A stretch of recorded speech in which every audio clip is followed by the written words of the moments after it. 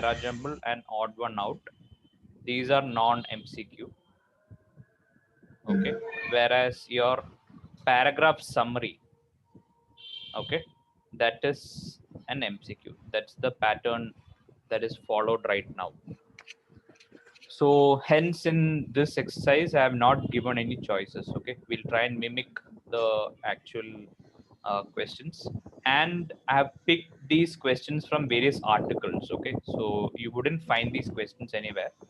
So they are in a sense a true para jumble question. So as in I have picked some articles from Aeon Essays and Smithsonian Magazine and so on, and I have jumbled those myself, right? So it's not a standard para jumble question which I picked up from some source. So these have been created by me, and these are probably of uh, uh, the difficulty level might be high in these cases, right? But let's just see if we can think through these and see if we can solve this, right? That's the idea. Before we start off with solving these questions, though, I wanted to mention a couple of things, right?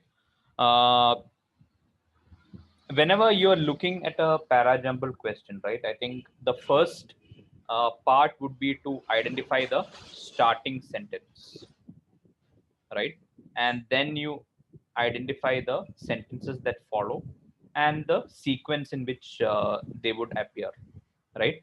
Uh, a couple of pointers with respect to starting sentence. Don't be under the impression that it wouldn't start with words like however, therefore, right, yet, and so on, right? Because you never know from where the question setter is picking up the paragraph, right? So probably it's a continuation of a previous paragraph. So it can always say that Google Maps are used by everyone these days. However, I wouldn't recommend, right? So that can be one sentence, ending a last paragraph of one sentence, saying that Google Maps is used by everyone. And then probably the author will start off a new sentence saying that, however, I wouldn't recommend using Google Maps while driving. Okay, I mean, it doesn't make sense, but I'm just making up that so that I can demonstrate that point. Hope it is clear. Yes, sir. Right? So Yeah. what you should look for in that paragraph is again similar to reading comprehension, right? Probably identify the idea that's being discussed in that paragraph, have an idea about that. So probably the first sentence will have to maybe introduce that idea, and then there might be some logical connectives which keeps on building that idea, and maybe the last line towards the end, maybe there will be a conclusion to that idea, right? So these are some things that you can probably use to identify what the sequence should be, right?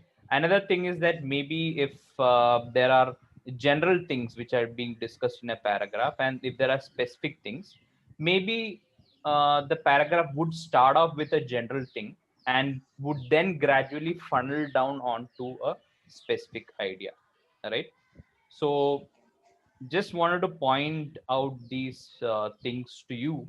So let's start working out these questions. We'll obviously, keep analyzing how you're performing in these different question types, and then we'll keep working on those, right? Why I'm stressing on para jumbles is that, out of the 34 questions, obviously 24 is RC, and then out of the remaining 10, 4 are para jumbles, 3 are para summary, and 3 are odd one out, right?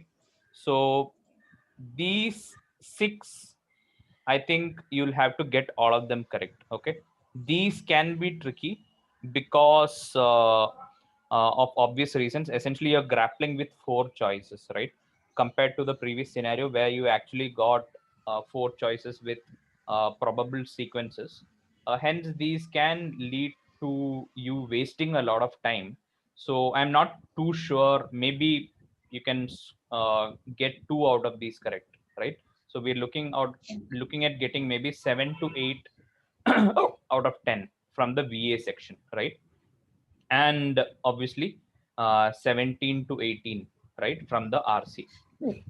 Sorry, that's what we're typically looking at. What is the first sentence? Let's follow that approach.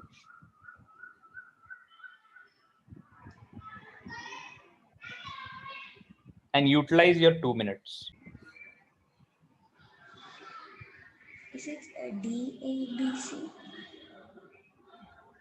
You got this right. Yes, this is the starting point. Okay. And it looks like it is being continued, right? Mm. So this is the right answer. Okay. This should be the starting point. Okay. It talks about the phenomenon. This buffer is a byproduct of our evolutionary history. This is the main idea, right? Which has equipped our brains with a way to acknowledge and track the importance of our immediate surroundings. Then what are you saying? What should follow this? A. Sorry. The clue is this. DBCA. DBCA, right? That mechanism, right? What is that mechanism? Which has equipped our brains with a way to acknowledge and track the importance of our immediate surroundings. That mechanism is known as peripersonal space, right? The region in and around a person's body. Okay. Peripersonal space exists in various forms across the animal kingdom, from fish and fruit flies to wild horses and chimpanzees.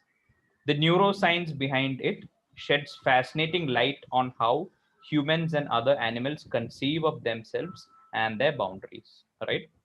So you fix the starting sentence.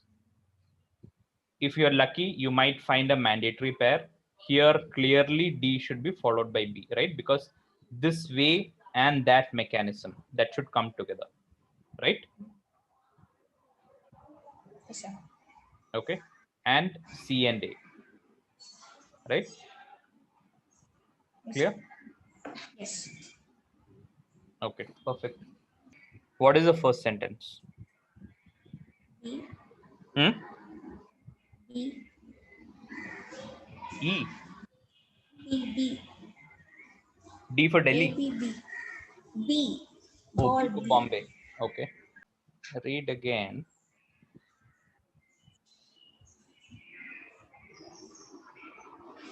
Let's assume B is the first sentence. What would the sequence be?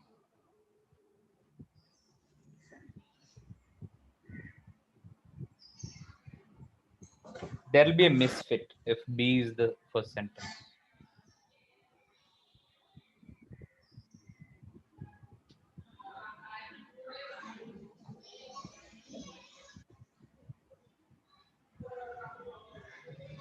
Shouldn't these come together? Yes. In those days.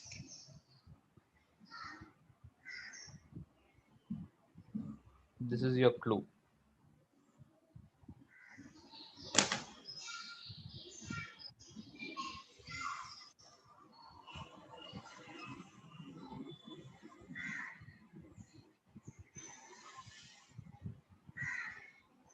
Is it DBCA?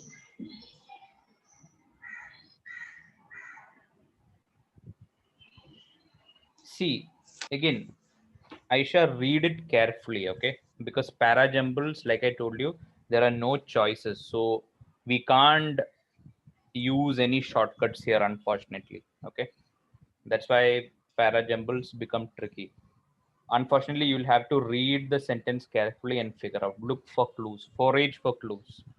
The high energy particles racing across San Francisco Peninsula, just west of Palo Alto, had been recruited to test that theory. Can it be the first sentence? I will park this, right?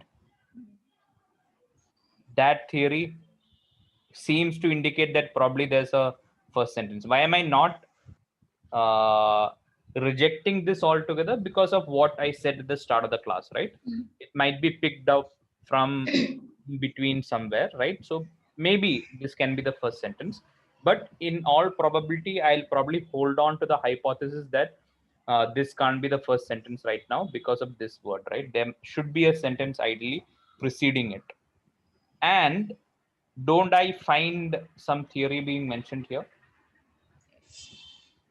The quark theory, developed independently by Murray Gell-Mann and George Zweig in 1964, held that protons, once thought to be fundamental particles, were in fact tightly laced bundles of three smaller particles or quarks. They had been recruited to test that theory. Shouldn't B precede D? B. Yes.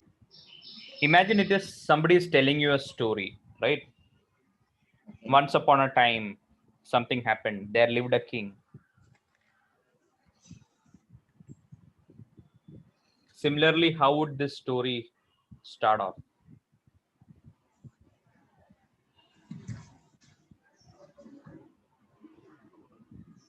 Along the same tunnel, the science had rolled quite as relentlessly, while the summer of love cooled 30 years before. The scientists at the Stanford Linear Accelerator Center were searching in those days for underlying structure in the proton. The quark theory, developed independently by Murray Gell-Mann and George Zweig in 1964, held that protons, once thought to be fundamental particles, were in fact tightly laced bundles of three smaller particles or quarks, right? And finally has to be followed by D. Did you understand my logic? Yes, sir. Yes, I understand. D, C can't be followed by D, right? That looks completely disjointed,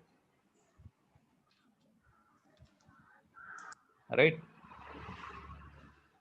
After you have introduced so much detail about protons and their basic setup, then why would you say that scientists were searching for underlying structure in the proton, right? Understood. Understood, sir. That's why I said that, these are slightly on the tougher side, and these are much closer to the questions you can expect in CAT. Okay, so that's why I'm saying you'll have to be very smart about this. You'll have to utilize the 2 minutes you have. Okay, and since it's a free hit, always attempt it. There's no question of not attempting it, but yeah, your attempt should be to monetize those 2 minutes which you have invested in this question, right?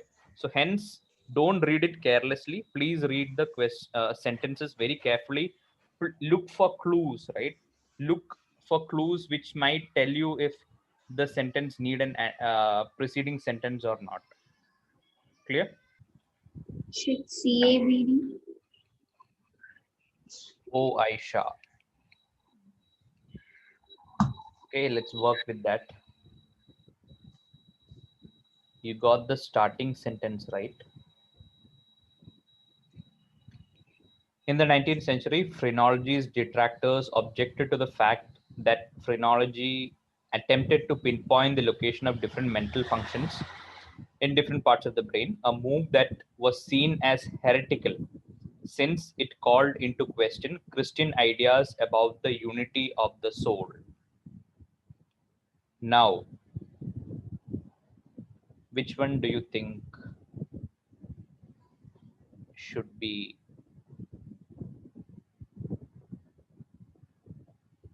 a good follow up to see?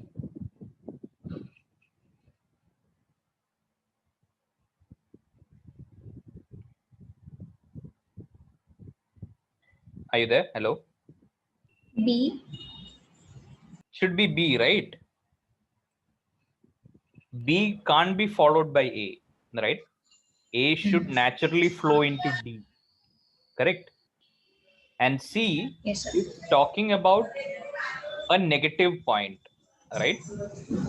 Okay. Then, interestingly though, right, trying to discover a person's character and intellect based on the size and shape of the head wasn't perceived as a serious moral issue, right?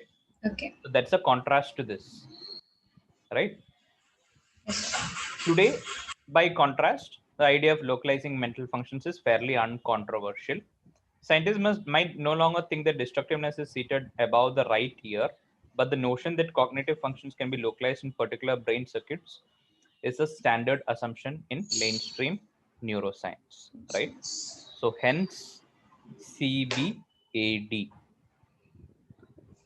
right? Yeah. Okay. The clue is here, right?